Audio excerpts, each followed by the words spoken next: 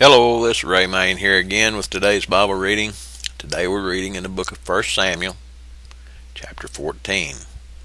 Now it came to pass upon a day that Jonathan the son of Saul said unto the young man that bare his armor, Come, and let us go over to the Philistines' garrison that is on the other side. But he told not his father. And Saul tarried in the uttermost part of Gibeah under a pomegranate tree, which is in Migron. And the people that were with him were about 600 men. And Ahiah the son of Ahitub, Ichabod's brother, the son of Phinehas, the son of Eli, the Lord's priest in Shiloh, wearing an ephod. And the people knew not that Jonathan was gone. And between the passages by which Jonathan sought to go over unto the Philistines' garrison, there was a sharp rock on the one side, and a sharp rock on the other side. And the name of one was Bozez, and the name of the other was Senech. The forefront of the one was situate northward over against Michmash, and the other southward over against Gibeah. And Jonathan said to the young man that bare his armor, Come, and let us go over unto the garrison of these uncircumcised. It may be that the Lord will work for us, for there is no restraint to the Lord to save by many or by few. And his armor-bearer said unto him, Do all that is in thine heart. Turn thee, behold, I am with thee according to thy heart. Then said Jonathan, Behold, we will pass over unto these men, and we will discover ourselves unto them.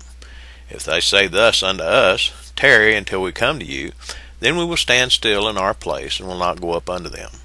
But if they say thus, Come up unto us, then we will go up, for the Lord hath delivered them into our hand, and this shall be a sign unto us. And both of them discovered themselves unto the garrison of the Philistines. And the Philistines said, Behold, the Hebrews come forth out of the holes where they had hid themselves. And the men of the garrison answered Jonathan and his armor-bearer, and said, Come up to us, and we will show you a thing. And Jonathan said unto his armor-bearer, Come up after me, for the Lord hath delivered them into the hand of Israel. And Jonathan climbed up upon his hands and upon his feet, and his armor-bearer after him. And they fell before Jonathan, and his armor-bearer slew after him. And that first slaughter which Jonathan and his armor-bearer made was about 20 men, within, as it were, in a half acre of land, which a yoke of oxen might plow. And there was trembling in the host, in the field, and among all the people. The garrison and the spoilers, they also trembled, and the earth quaked, so it was a very great trembling. And the watchmen of Saul and Gibeah of Benjamin looked, and behold, the multitude melted away, and they went on beating down one another. Then said Saul unto the people that were with him, Number now, and see who is gone from us. And when they had numbered, behold, Jonathan and his armor-bearer were not there. And Saul said unto Ahiah, Bring hither the ark of God, for the ark of God was at that time with the children of Israel. And it came to pass, while Saul talked unto the priest, that the noise that was in the host of the Philistines went on and increased. And Saul said unto the priest, Withdraw thine hand. And Saul and all the people that were with him assembled themselves, and they came to the battle, and behold, every man's sword was against his fellow, and there was a very great discomfiture. Moreover, the Hebrews that were with the Philistines before that time, which went up with them into the camp from the country round about, even they also turned to be with the Israelites that were with Saul and Jonathan. Likewise all the men of Israel which had hid themselves in Mount Ephraim, when they heard that the Philistines fled, even they also followed hard after them in the battle. So the Lord saved Israel that day, and the battle passed over unto Bethaven. And the men of Israel were distressed that day, for Saul had adjured the people, saying, Cursed be the man that eateth any food until evening, that I may be avenged on my enemies. So none of the people tasted any food. And all they of the land came to a wood, and there was honey upon the ground. And when the people were come into the wood, behold, the honey dropped, but no man put his hand to his mouth, for the people feared the oath.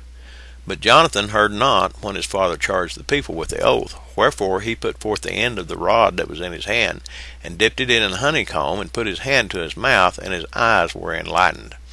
Then answered one of the people, and said, Thy father straitly charged the people with an oath, saying, Cursed be the man that eateth any food this day. And the people were faint. Then said Jonathan, My father hath troubled the land. See, I pray you, how mine eyes have been enlightened, because I tasted a little of this honey. How much more, if haply the people had eaten freely today of the spoil of their enemies which they found?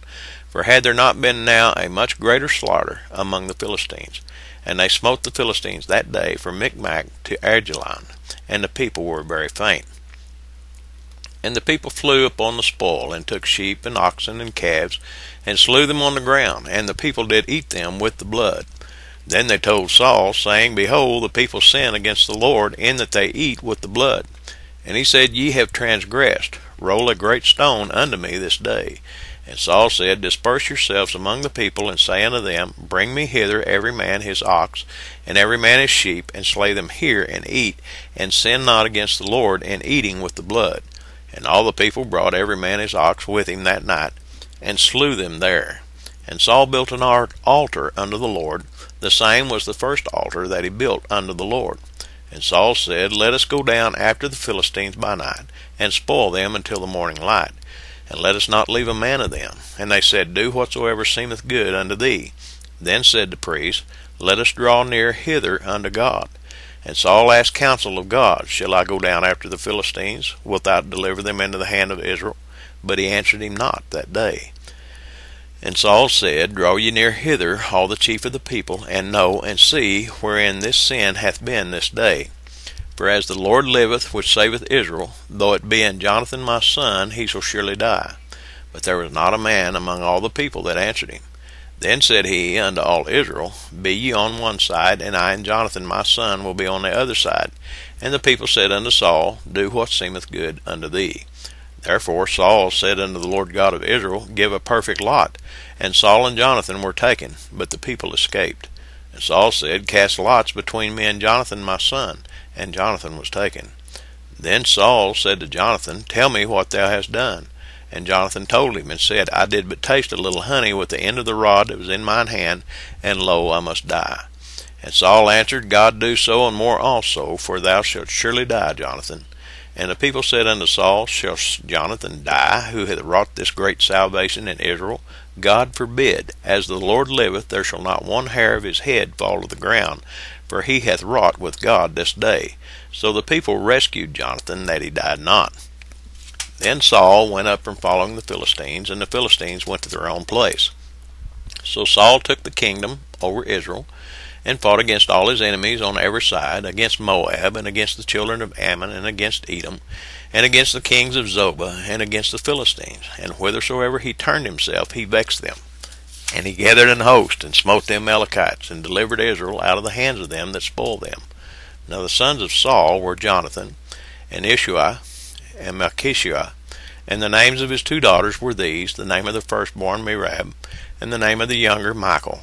And the name of Saul's wife was Abinadab, and the daughter of Ahimaaz, and the name of the captain of his host was Abner, the son of Ner, Saul's uncle.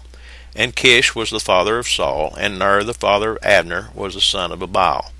And there was sore war against the Philistines all the days of Saul. And when Saul saw any strong man or any valiant man, he took him unto him. Well, like I said before, the last chapter was a little short. This one was a little long. Sometimes that might not make any sense to us, but that's the way it was. So anyway, that's the reading for today. God bless you. Talk to you tomorrow.